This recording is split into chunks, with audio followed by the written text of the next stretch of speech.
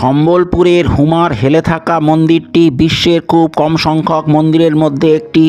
ভারতের ওড়িশা রাজ্যের সম্বলপুর থেকে ৩২ কিলোমিটার দক্ষিণে মহানদীর তীরে এই মন্দিরটি অবস্থিত।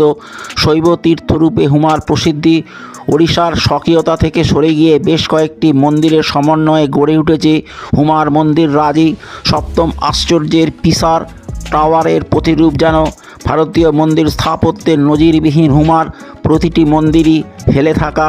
১৬৭০ খ্রিস্টাব্দে বলবীর সিং চৌহানের তৈরি ৪৭ ডিগ্রি হেলে থাকা মূল মন্দিরের দেবতা বিমলেশ্বর শিব।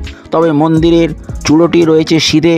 বাকি মন্দিরগুলো সম্বলপুরের রাজা অজিত সিংয়ের শাসনকালে নির্মিত হয়েছিল। অজিত সিংয়ের শাসনকালের মেয়াদ ছিল ১৭৬৬ খ্রিস্টাব্দ থেকে ১৭৮৮ খ্রিস্টাব্দ পর্যন্ত।